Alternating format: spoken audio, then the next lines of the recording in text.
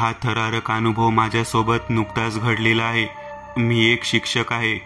तसा मी मुंबईला राहतो. काही दिवसांची सुट्टी काढून मी माझ्या फॅमिलीसोबत गोव्याला जाणार होतो. माझ्या फॅमिलीमध्ये मी, माझी छोटी मुलगी अक्षरा आणि माझी बायको साक्षी.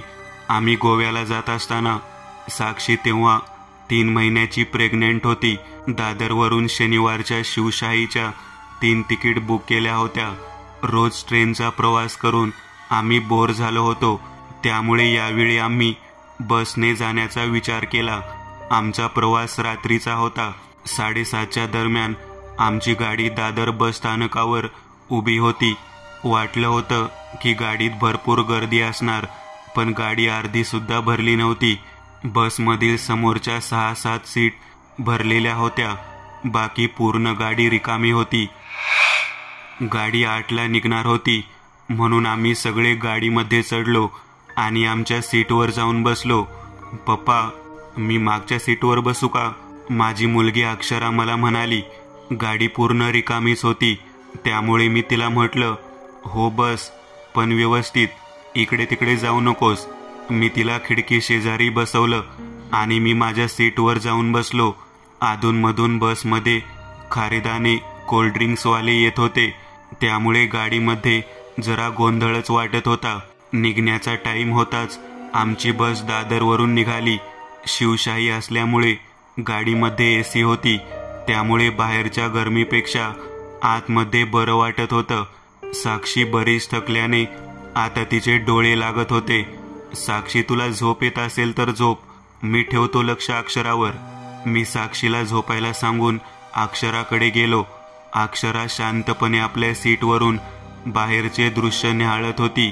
ती व्यवस्थित आहे पाहून मी परत आपल्या सीटकडे आलो. आम्हाला प्रवास करून आता बराच वेळ झाला होता. गाडीत मंद अशा पिवळ्या लाईट लावल्या होत्या आणि आतमध्ये चालू असलेल्या एसीमुळे मला सुद्धा डुलक्या येत होत्या. तरी सुद्धा अक्षराच्या काळजीमुळे मी झोपत नव्हतो. पण आता झोप इतकी येत होती की अक्षराजवळ गेलो आणि तिला म्हणालो, बेटा चल आता झोप, खूप रात्र झाली आहे. तिनेही काहीच न म्हणता माझे म्हणणे ऐकत ती आमच्या सीटवर बसली. मी तिला माझ्या आणि साक्षीच्या मधात बसवले. ती जवळच असल्यामुळे मला काळजी आता कमी वाटत होती.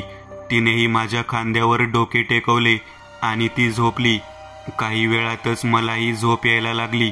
वेळ माहीत नसेल, पण मी आता चांगला झोपलो होतो. तोच मला माझ्या पत्नी साक्षीचा आवाज येत होता. मी डोळे चोळतच उठलो. मी उठलो पाहून साक्षी मला म्हणाली, अहो, अक्षरा कुठे गेली? ती अजून पण मागेच बसली आहे का? बहुतेक साक्षी झोपेतून आता उठली असणार, त्यामुळे तिला माहीत नसणार की ती झोपली असताना मी अक्षराला या सीटवर आणले होते म्हणून.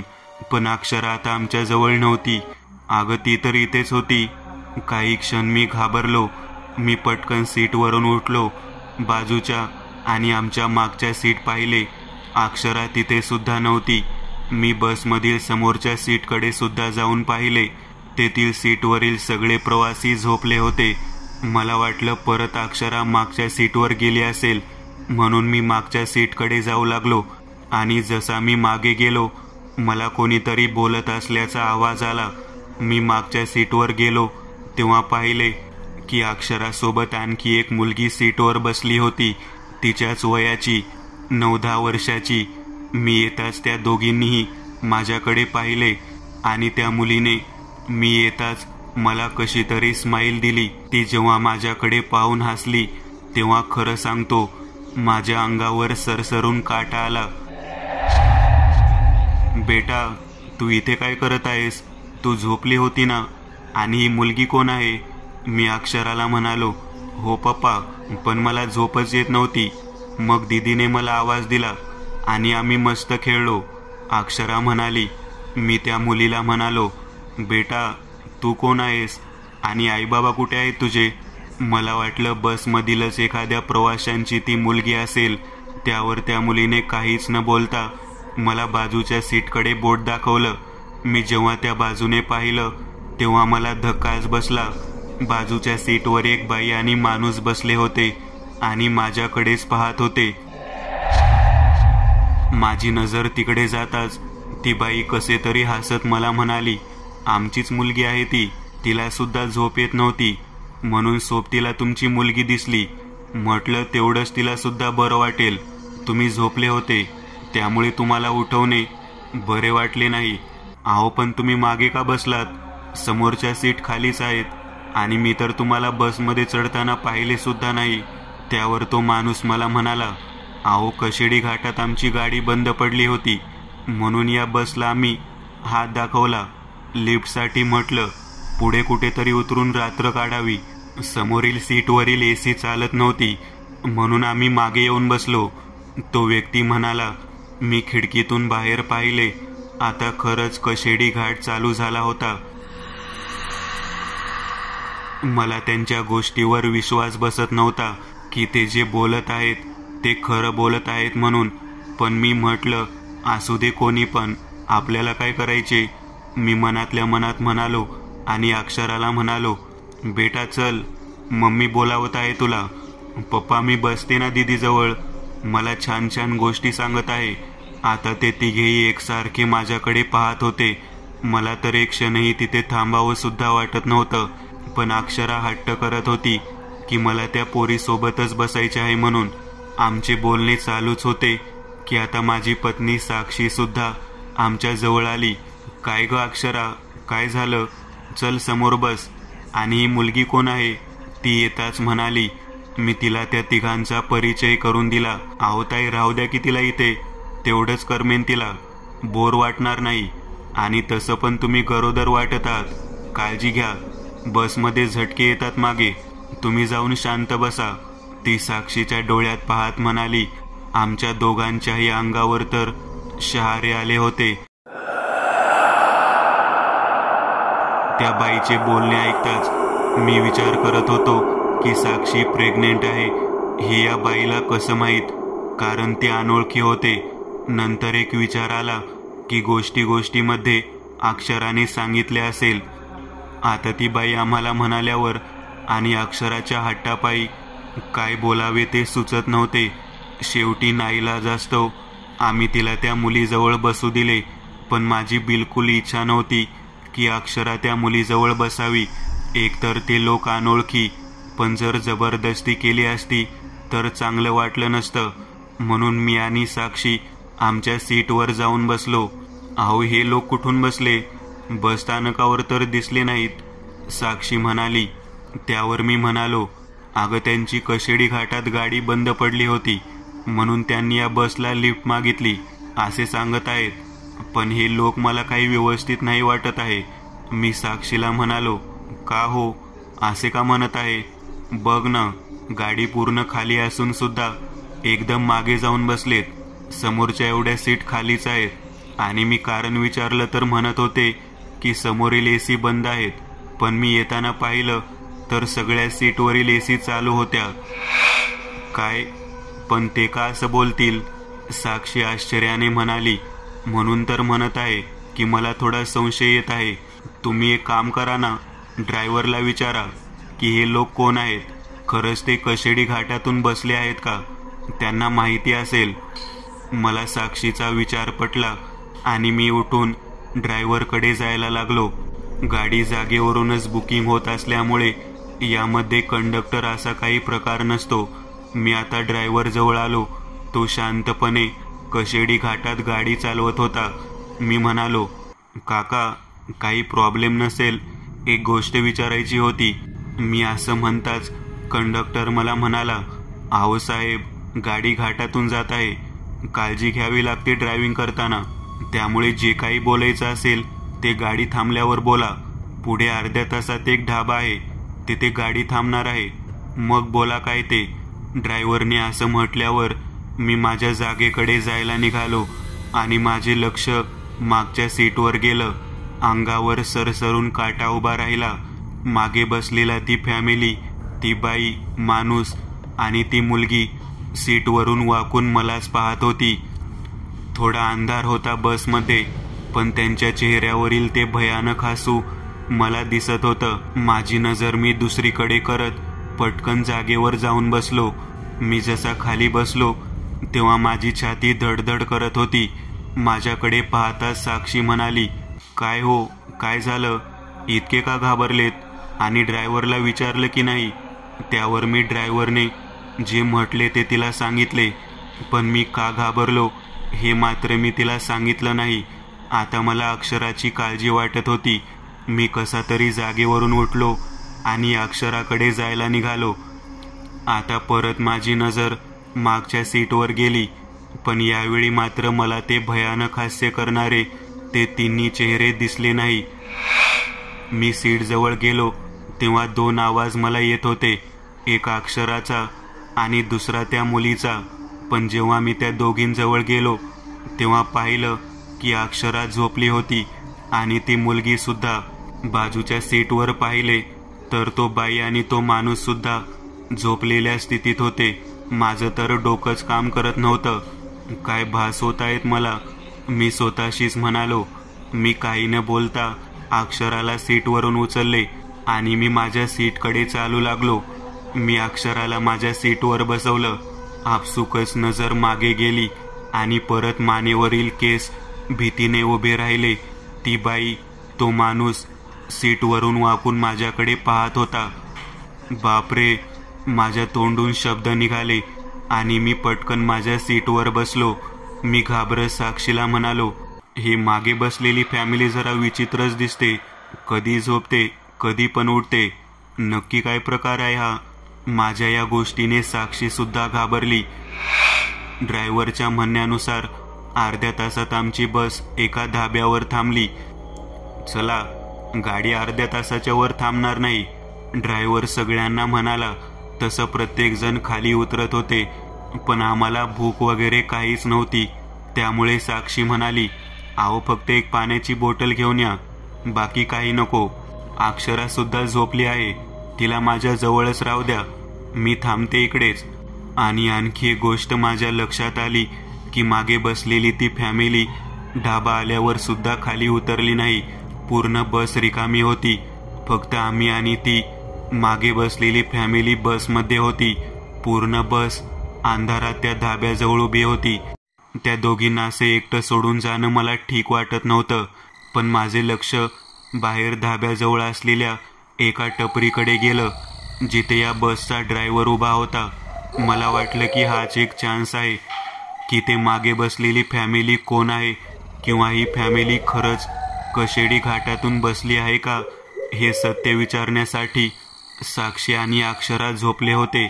मी गाडीतून खाली उतरू लागलो, पण माझी नजर मागच्या सीटकडे होती. मागे काहीच हालचाल नव्हती, फक्त अंधार होता. कारण बस थांबताच ड्रायव्हरने मागील लाईट बंद केली. मी लगेच टपरीजवळ गेलो आणि तेथून एक पाण्याची बॉटल घेतली. ड्रायव्हर कोणासोबत तरी फोनवर बोलत होता. मला पाहताच त्याने 2 मिनिट म्हणून इशारा केला. बहुतेक त्यालाही आठवले होते की मला काही विचारायचे होते म्हणून. मी त्याच्या फोन ठेवण्याची वाट पाहू लागलो आणि थोड्या वेळाने फोन ठेवून तो माझ्याशी बोलला. बोला साहेब, काय म्हणत होता? मी सुद्धा वेळ न घालवता सरळ विषयाला हात घातला. काका, मगाशी कशेडी घाटात गाडी थांबली होती का? त्यावर ते ड्रायव्हर काका म्हणाले, हो थांबली होती. पण कशासाठी थांबली होती? अहो पण तुम्हाला काय करायचे आहे त्याच्याशी? ड्रायव्हरने मला विचारले. काका, मला फक्त एवढं सांगा की मगाशी गाडी थांबली असता कोणी गाडीमध्ये चढले का? अहो कशाला चढेल, असं मधातून ड्रायव्हरने असे बोलताच मला समजले की ते बसमधील जे कोणी होते ते खोटे बोलत आहे म्हणून.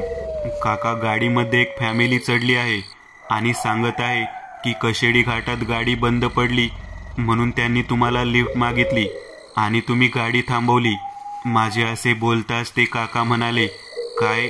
अहो पण असं कोणीच लिफ्ट मागितली नाही आणि गाडी मी यासाठी थांबवली होती कारण गाडी खूप गरम झाली होती आणि पाणी टाकण्यासाठी मी फक्त 2 मिनिट गाडी थांबवली, कारण रोजचं काम आहे माझं ते.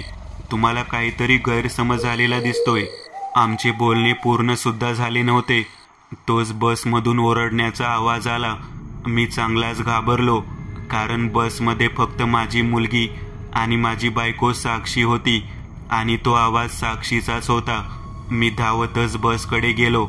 मी जेव्हा बस जवळ आलो तेव्हा साक्षी चांगलीच घाबरली होती आणि तिच्यासोबत अक्षरा सुद्धा होती, जी रडत होती आणि तिने तिचा हात धरून ठेवला होता. मी दिसताच त्या दोघीही माझ्याजवळ धावत आल्या. तिच्या आवाजाने धाब्यातील जेवणारी प्रवासी मंडळी सुद्धा बस जवळ आले. साक्षीला बोलणे सुद्धा जमत नव्हते, तिची दातखिळीच बसली होती. मी तिला थोडं शांत केलं आणि पाणी प्यायला दिलं. ती शांत झाली पाहून मी तिला विचारलं की काय झालं, आणि तिने जे सांगितलं ते ऐकून सगळ्यांच्याच अंगावर काटा आला. जेव्हा मी तिच्यासाठी खाली पाणी आणायला गेलो होतो तेव्हा तिला झोप लागली होती, पण अचानक जेव्हा तिला जाग आली तेव्हा तिनं पाहिलं की एक हात तिच्या पोटावर फिरत होता. तो एका स्त्रीचा वाटत होता. हातात हिरव्या रंगाच्या बांगड्या होत्या म्हणून ती किंचाळली आणि तो हात अचानक सगळ्यात मागच्या सीटवर गेला. तिने पाहिले की सीटवर अक्षरा सुद्धा नव्हती. जेव्हा ती मागे गेली तेव्हा तिने पाहिले की मागच्या सीटवर अक्षरा झोपली होती आणि तिचा हात एक पांढऱ्या चेहऱ्याच्या पोरीने दातात पकडला होता आणि तिचे डोके त्या बाईच्या मांडीवर होते, जिचे केस मोकळे सोडले होते. आणि साक्षीला पाहताच ती बाई हसत होती. तो माणूसही मागच्या सीटवर बसून तिच्याकडेच पाहत होता. तिने कसे तरी देवाचे नाव घेऊन घाबरतच अक्षराला उठवले. त्या तिघांनीही तिला अडवले नाही. तिचे बोलणे ऐकून मी तर पार घाबरून गेलो होतो. मी जेव्हा अक्षराचा हात पाहिला तेव्हा तिच्या हाताला कोणीतरी चावलं होतं. तसे निशाण तिच्या हातावर होते. तेथील काही लोक म्हणाली, "आओ भाऊ, आपण एक वेळ गाडी चेक करूया, सगळं माहीत होईल." ड्रायव्हरने गाडीतील लाईट चालू केली. मी आणि काही लोक आम्ही मागच्या सीटकडे गेलो, पण गाडीमध्ये कोणीच नव्हतं. सगळेच विचारात पडले होते, कारण गाडीतून येण्याचा आणि जाण्याचा फक्त एकच मार्ग होता. गाडी एसीची असल्यामुळे पूर्ण काच पॅक होती, त्यामुळे खिडकीतून बाहेर जाण्याचा मार्ग नव्हता. इमर्जन्सी खिडकी सुद्धा सुस्थितीत होती. आम्ही सगळेजण बाहेर दरवाजाजवळ उभे होतो आणि तिथून सुद्धा कोणीच गेले नव्हते. लोक चुळबुळ करत होते की भटकलेला आत्मा असतील, भूत असतील. बाई प्रेग्नेंट असली की येतात असे आत्मे, म्हणूनच तिच्या पोटावर हात फिरवला असणार. आणि खरंच तसेच वाटत होते. गाडी जेव्हा कशेडी घाटात थांबली असणार तेव्हा त्या आत्म्यांचा शिरकाव गाडीत झाला असणार, असाच माझा अंदाज होता, कारण पुरावे तरी तसेच सांगत होते. साक्षी तर पुन्हा गाडी चढायला तयारच नव्हती, पण तिची कशी तरी मी समजूत काढली. ड्रायव्हरने सुद्धा पूर्ण रात्रभर गाडीतील लाईट चालू ठेवली. सकाळी जेव्हा आम्ही दवाखान्यात गेलो तेव्हा साक्षीची प्रकृती ठीक होती आणि तिच्या पोटातील बाळ सुद्धा. या अनुभवानंतर आम्ही आमच्या गोव्याला फिरण्याचा प्लॅन कॅन्सल केला आणि आम्ही आधी गणपतीपुळेला देवदर्शनासाठी गेलो. आम्ही सुखरूप त्या प्रसंगातून वाचलो म्हणून देवाचे आभार मानले. दुसरा अनुभव, घाट रस्ता. कधी कधी आपल्या हाती काहीच नसतं, जसं ठरवतो तसे कधीच होत नाही. आणि माझ्यासोबत सुद्धा असेच झाले होते. माझ्या पुण्यातील एका मित्राचं लग्न आटोपून मी मुंबईला घरी येत होतो, पण येताना मला जरा रात्र झाली. म्हणजे मला तिथून निघायला रात्रीचे 11 वाजले होते. मी एकटाच असल्यामुळे प्रवासही खूपच कंटाळवाणा वाटत होता. काय माहीत आज काय झाले, तर रस्ताही बराच सुनसान होता. प्रवासात मला बरीच गाव लागली होती, त्यामुळे काही वेळ रस्त्यांवर उजेड होता. मनाला समाधान मिळायचं.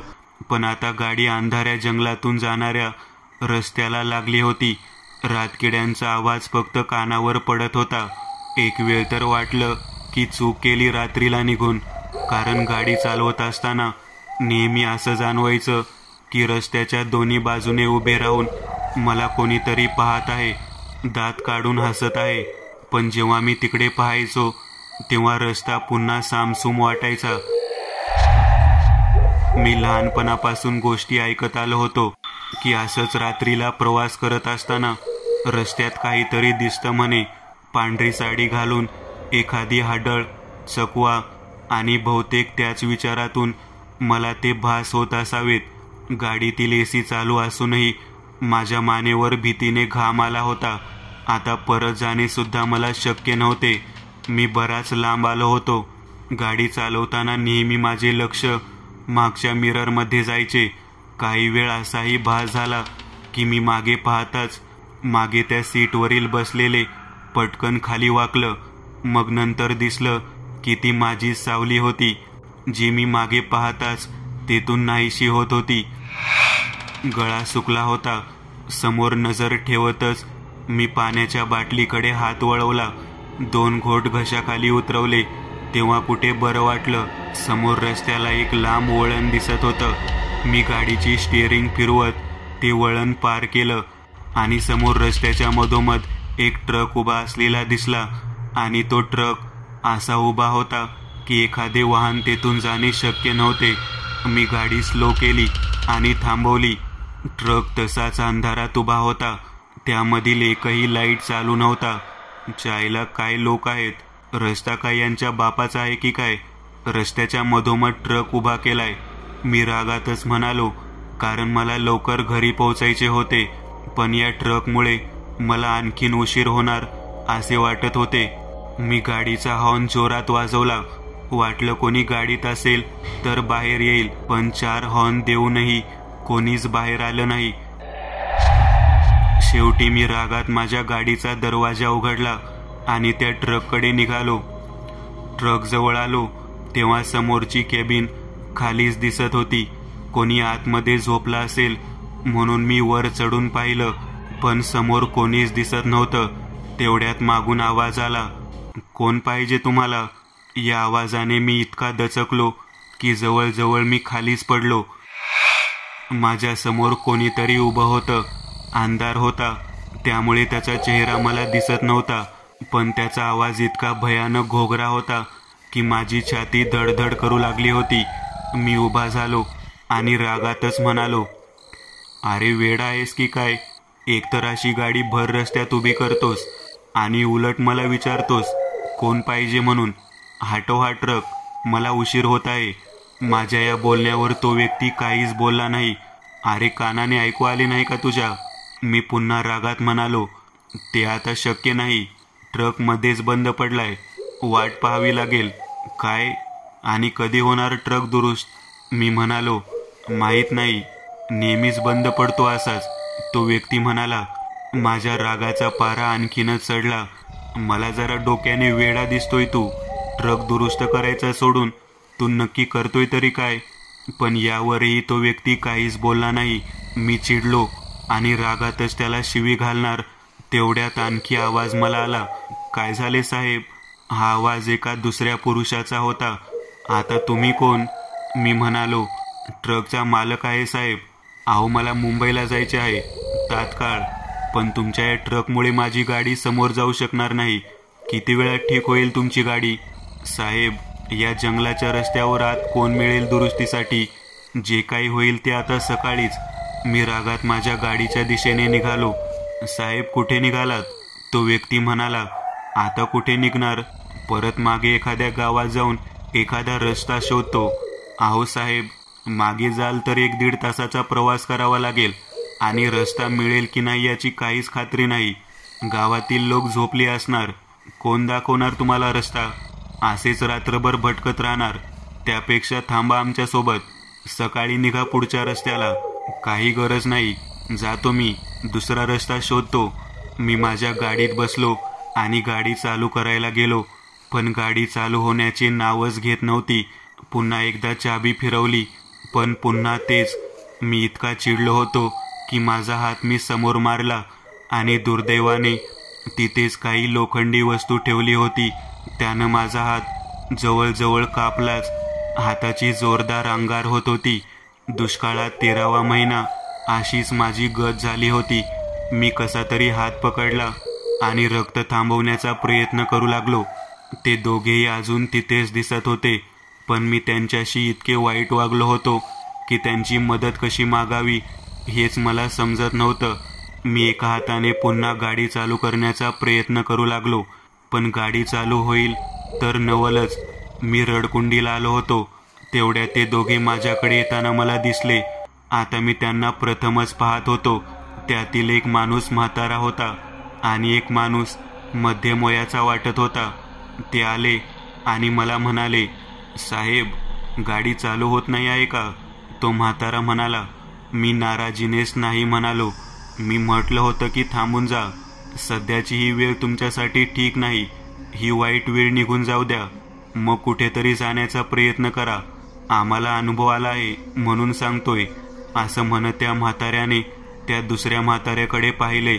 तसे त्या दुसऱ्या माणसाने खेदाने त्यांचे तोंड खाली केले. तुम्ही चला आमच्यासोबत. बाहेर खूप थंडी आहे. त्या बाजून आम्ही शेकोटी पेटवली आहे. थोडा वेळ बसा. माझी बायको जेवण बनवत आहे. काहीतरी खाऊन घ्या. मला त्यांच्यासोबत जायची मुळीच इच्छा नव्हती. कोण कुठलेही गावठी माणसं यांच्यासोबत खायला मुळीच नाही. काका, मी माझ्या गाडीतच थांबतो. मला भूक नाही. तुम्ही जा. असं म्हणत मी गाडीची काच खाली करणारच होतो की माझा हात माझ्या जखमांवरून हटला. पुन्हा त्या जखमेची अंगार होऊ लागली. साहेब, तुम्हाला तर खूप लागलंय. थांबा, मी हळद आणायला सांगतो.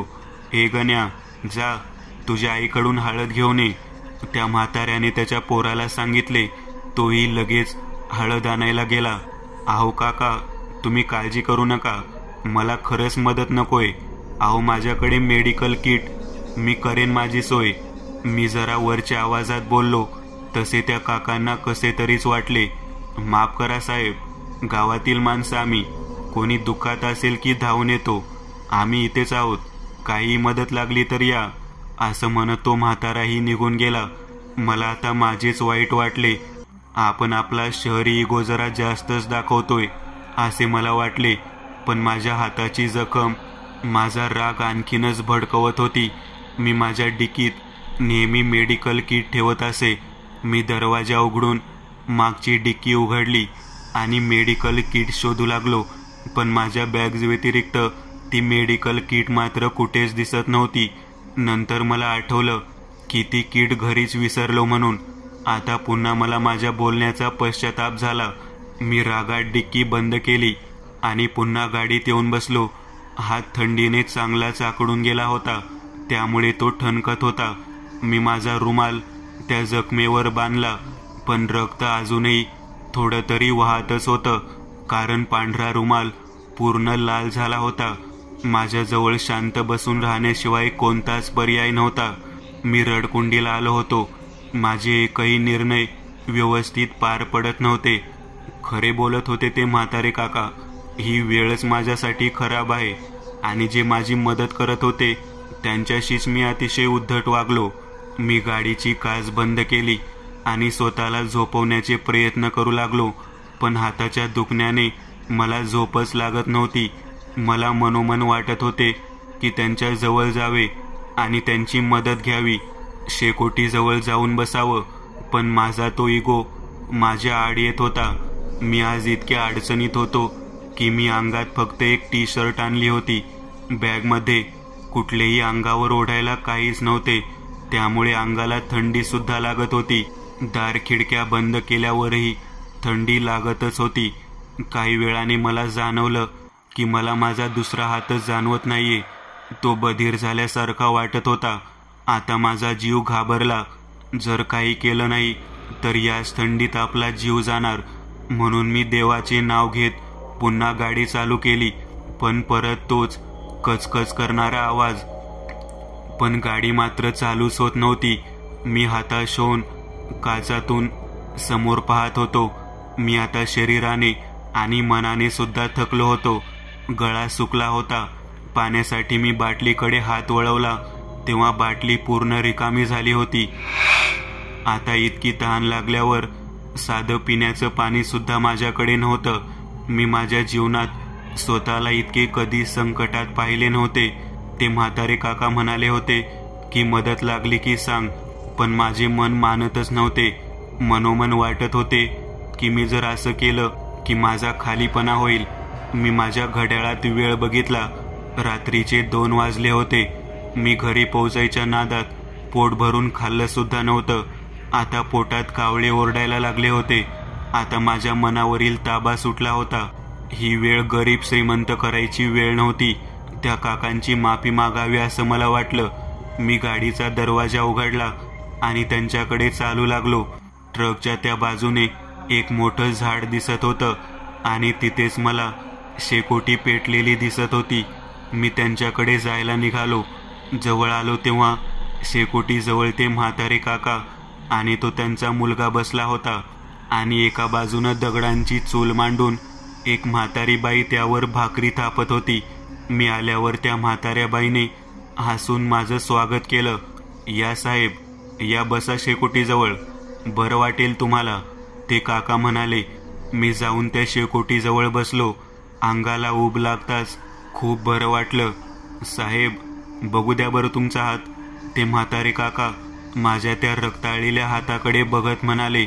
नाही नाही काका, ठीक आहे आता, रक्त वाहणे थांबले आहे. मी त्यांना म्हणालो. मी हात जरा आगेवर धरला. साहेब, हळद लावून घ्या, जखम सडायची नाही. ती बाई भाकरी थापत मला म्हणाली.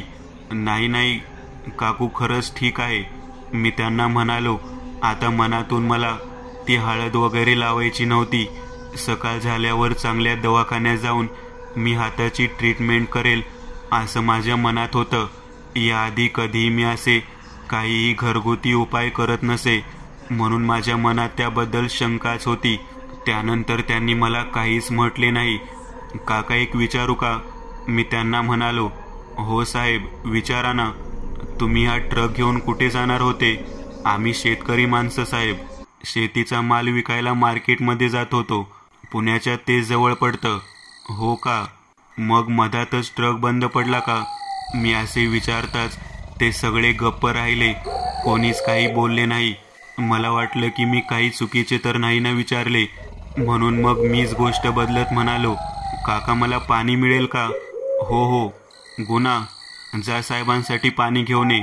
तो उठला आणि समोरच्या त्या कॅनीतलं पाणी घेऊन आला. मी ते पाणी निहाळून पाहिले. त्यामध्ये काहीतरी होतं.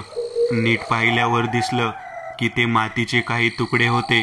एक वेळ मला ते फेकून द्यावेसे वाटले, पण घसा इतका सुकून गेला होता की त्या मातीच्या कणांचा माझ्या मनातही विचार आला नाही. पूर्ण गडवाभर मी पाणी प्यायलो. जशी माझी तहान भागली, चेहरा एकदम तृप्त झाला. काका, हा तुमचा मुलगा का? हो, मुलगा आहे माझा. ह्याचाच कामावरचा ट्रक आहे तो, ज्याने आमचा माल आम्ही मार्केटमध्ये घेऊन जात होतो. अच्छा, मी म्हणालो. त्यांचा मुलगा एकही शब्द न बोलता तो फक्त एकसारखा त्या जळणाऱ्या आगीकडे पाहत होता. तो मला जरा विचित्रच वाटत होता. सुरुवातीपासून बराच वेळ अंग आगीसमोर असल्याने अंगात आता ऊब आली होती. मला इतकी भूक लागली होती की माझी नजर तव्यावर असलेल्या त्या भाकरीकडे जात होती. वाटत होतं की बस तशीच खायला मिळाली तरी खूप होईल. मी माझी नजर वळवली तशी माझी आणि त्या काकांची नजरानजर झाली. त्यांना बहुतेक समजलं असावं. अगं शांते, वाढकी ग भाकरी, साहेबांना भूक लागली असेल. होय होय, झालंच. आहो कशाला काका? असं काही नाही बरं, मी जेवण करून आलोय, मी म्हणायचं म्हणून बोललो. तेवढ्यात ती काकू भाकरी घेऊन आली आणि तिने एका ताटात भाकरी दिली. त्यावर तेल आणि हिरवा ठेचा दिला.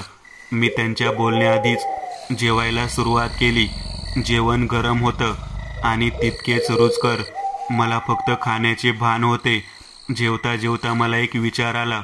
आपण किती स्वार्थी आहोत ते. आपल्या मनात त्यांच्याविषयी किती खालचे विचार होते. पण हीच देव माणसं निघाली. जर ती माझ्या जागी असती तर मी या भोळ्या लोकांना मदत केली असती का? नाही, शक्यच नाही. श्रीमंतांच्या इगोपुढे यांचे ते देव पण मी कधीच ओळखू शकलो नसतो. माझी एक भाकर खाऊन झाली असता त्या काकूंनी पुन्हा मला दुसरी भाकर वाढली. त्या 2 जाड भाकरी खाताच पोट इतके भरले की मन पूर्णपणे तृप्त झाले. तरीही त्या काकू मला तिसरी भाकर वाढत होत्या. मी जबरदस्तीने नाही म्हणालो. मी भुकेच्या तावात त्या काकांना जेवायचे विचारणे विसरूनच गेलो. काका, तुम्ही नाही जेवणार का? माफ करा मला. मी विसरलोच की तुम्ही जेवायचे असेल म्हणून. तुम्ही जेवलात ना पोटभर साहेब, तेच खूप आहे. आमची काही जास्त भूक नाही. त्यानंतर त्या काकूंनी त्या म्हाताऱ्या काकांना आणि त्यांच्या मुलाला ती उरलेली एक भाकर अर्धी अर्धी करून वाढली. मला वाटले की आणखीन भाकरी असतील, पण ती भाकर खाताच त्यांनी उठून हात धुतले. मीही काहीच न बोलता ताटावरून उठून हात धुतले आणि सहजच म्हणून त्यांचे लक्ष नसताना त्या चुलीकडे गेलो. तेव्हा त्या टोपलीत फक्त एक कापड होतं, त्यात एकही भाकर नव्हती. मी सुन्न झालो, कारण त्या काकू अजून जेवल्या नव्हत्या. मी त्यांच्या हिस्स्याचं जेवण खाल्ले होते, पण त्यांच्या चेहऱ्यावर मी पूर्ण जेवल्याचं समाधान होतं. मला आता माझीच लाज वाटत होती. माझ्याकडे फक्त पैसा बळकट होता आणि इतका पैसा असूनही तो माझ्या कामात आला नाही. पण ही श्रीमंत मनाची शेतकरी देवमानसे मात्र माझ्या अडचणीत धावून आली. मी काही वेळ काहीच बोललो नाही, फक्त त्या शेकोटीजवळ बसून राहिलो. जेवण झाल्यावर तलब म्हणून मी खिशात हात घातला आणि सिगारेटचे पाकिट काढले. एक सिगारेट काढून मी पेटवणारच होतो की ते काका म्हणाले, साहेब, माझ्या गोष्टीचे वाईट वाटून घेऊ नका. मुलाच्या नात्याने सांगतोय, ही नशा बरी नाही, कोणतीच नशा बरी नाही. जीवन उद्ध्वस्त होत्यात लोकांचे. नशा एक जण करतो, पण त्याचे होणारे परिणाम मात्र बरीच लोक भोगतात. आम्ही भोगलीत, सोडा ती नशा, असं म्हणत त्या काकाने परत त्यांच्या त्या मुलाकडे पाहिलं आणि त्यांच्या मुलाने परत खेदाने मान खाली घातली. म्हणजे काका, मला समजलं नाही, काय झाले होते तुमच्यासोबत? त्यावर ते काका म्हणाले, साहेब, रात्र बरीच झाली आहे, आराम करा, उद्या सकाळी लवकर जायचे आहे तुम्हाला. मी ते सिगारेटचे पाकिट दूरवर फेकून दिले. त्यांच्यासोबत काहीतरी घडलं होतं, पण मला सांगणे त्यांना ठीक वाटले नसावे. त्या काकूसुद्धा एक गोणपाट घेऊन शेकोटीजवळ आल्या आणि तेथेच बसून त्या झोपी गेल्या. आता ते काका, त्यांचा मुलगासुद्धा झोपले, पण मला मात्र झोप येत नव्हती. माझ्यामुळे ती माऊली उपाशी झोपली हे माझ्या मनाला खटकत होतं. काय होतो मी या लोकांसमोर? फक्त अहंकाराने गुरफटलेला एक सामान्य माणूस. मला आता माझीच कीव येत होती, पण मला त्याचं प्रायश्चित्त करायचं होतं. मी माझ्या खिशातील पाकिट काढले, त्यातून सगळ्या नोटा काढत मी त्या उपाशी झोपलेल्या माऊलींच्या हाताखाली ठेवल्या. मी दिलेलं हे फक्त माझ्या मनातील त्यांच्याविषयी आदर होता. त्या पैशाच्या किंमत त्यांच्या श्रीमंत मनापुढे काहीच नव्हती. मी त्या माऊलींच्या पाया लागलो आणि माझ्या जागेवर येऊन बसलो. आणखी लाकडं मी शेकोटीत टाकली. जेवणाची नशा आता मलाही चढत होती. झोपेची गुंगी येताच माझा डोळा लागला. बहुतेक सकाळ झाली असावी, कारण मला कोणीतरी उठवत होतं. मी कसे तरी डोळे उघडत उठलो. सकाळची कोवळी ऊन होती. माझा हात अजूनही ठणकत होता, पण आता तो पिवळा झाला होता. जणू कोणी त्या जखमेत हळद भरून त्यावर पट्टी बांधली असावी. मी पटकन त्या उठणाऱ्या व्यक्तीकडे पाहिले. तो व्यक्ती माझ्यासाठी अनोळखीच होता, पण ते काका, त्यांचा मुलगा, त्या काकू कुठेही दिसत नव्हत्या आणि रस्त्यावर त्यांचा कुठेही ट्रकसुद्धा दिसत नव्हता. जिथे मी झोपलो होतो तिथं फक्त शेत जमीन होती. खाली गोणपाट सुद्धा नव्हता. काल रात्री जिथे शेकोटी पेटत होती तिथे आता त्यांचा नामशेष सुद्धा नव्हता आणि ती चूल सुद्धा कुठेच दिसत नव्हती. आहो भाऊ, ते काका, ते सगळे कुठे गेले? मी त्या अनोळखी माणसाला म्हणालो. कोण? कुणाबद्दल बोलत आहात तुम्ही? मी त्या माणसाला काल रात्री जे घडलं ते सांगितले. तेव्हा त्याचा चेहरा पाहण्यासारखा होता. म्हणजे तुम्हाला ते नामदेव भाऊजींचं कुटुंब दिसले? नामदेव? कोण नामदेव? साहेब, तुम्हाला जो म्हातारा इथे भेटला होता तो म्हातारा, त्यांचे नाव होते नामदेव. आमच्या गावातलाच होता. चांगला माणूस होता. होता म्हणजे तुम्ही असे का बोलत आहात? अहो साहेब, आता नाही तो या जगात. त्याला जाऊन 10 वर्षांच्या वर झालीत. काय? मी किंचाळत म्हणालो. होय, बिचारा चांगला शेतकरी माणूस. त्या वर्षी शेतात चांगलं पीक झाले होते. शेतातील माल विकावा म्हणून त्यानं आपल्याच पोराला बोलावलं होतं ट्रक घेऊन, पण त्याच्या पोराला दारूची लय तलब. त्या दिवशी सुद्धा तसाच तो पिऊन होता. तो नामदेव त्याला नेहमी समजावत होते, पण त्यांचे तो मुलगा काहीच ऐकत नव्हता. माल विकून चांगली खरेदी करावी, घरात काही गोडधोड करेन असं म्हणत होता. पण याच रस्त्याने जात असताना त्यांचा अपघात झाला. त्यांचा मुलगा इतका दारू पिऊन होता की गाडी समोरच्या झाडाला धडकली आणि त्याच्यातच त्या तिघांचाही जागीच मृत्यू झाला. त्यामुळे कधी रात्री रस्त्यातून जात असताना ते बऱ्याच जणांना दिसत, पण ते कुणाला हानी पोहोचवत नाही, लोकांची मदत करत. मी या रस्त्यावरून जात असताना गाडी उभी दिसली. असंच पाहावं म्हणून इकडे आलो तर या झाडाखाली झोपलेले दिसले तुम्ही. मी त्याची गोष्ट ऐकल्यावर मला काय बोलावे ते सुचेना. मला माझे पाकीट समोर पडून दिसलं. मी ते उचलून पाहिलं तेव्हा त्यात माझे सगळे पैसे होते. म्हणजे त्या माऊलीने एकही रुपया घेतला नव्हता. मी उठून माझ्या गाडीजवळ आलो, त्या माणसाचे आभार मानले आणि माझ्या गाडीत बसलो. चाबी फिरवताच गाडी एका झटक्यात चालू झाली आणि पुन्हा एका गोष्टीकडे माझे लक्ष गेले. माझी पाण्याची बॉटल पाण्याने भरून होती. मी हे सगळं पाहून स्तब्ध झालो. त्या देवमाणसांनी माझी इतकी मदत केली होती की ती प्रेतात्मे भेटून सुद्धा मला त्यांची भीती वाटली नाही. मी मनापासून त्यांचे आभार मानले आणि यापुढे एक चांगला माणूस म्हणून कसे जगायचे याची शिकवण घेऊन मी तिथून निघालो. खरंच हा अनुभव माझ्यासाठी शिकवण देणारा होता. मित्रांनो, आज पुरतं एवढंच. तुम्हाला जर काही गोष्ट आवडली असेल तर नक्की लाईक करा. तुमच्यापैकी बरेचसे जण व्हिडिओ लाईक न करताच पळून जातात, पण हा जर व्हिडिओ तुम्ही लाईक केला तर मला जरा बरं वाटेल आणि असेच भारी भारी व्हिडिओ बनवायची माझ्यात एनर्जी येईल. त्यामुळे नक्की लाईक करा आणि अजूनही कोणी या चॅनलला सबस्क्राईब केलेलं नसाल तर लगेच सबस्क्राईब करून टाका आणि बाजूची घंटी ती मात्र दाबायला विसरू नका. देवाची घंटी आहे ती. चला तर मग पुन्हा भेटूया अशीच एक आगळी वेगळी गोष्ट घेऊन पुढच्या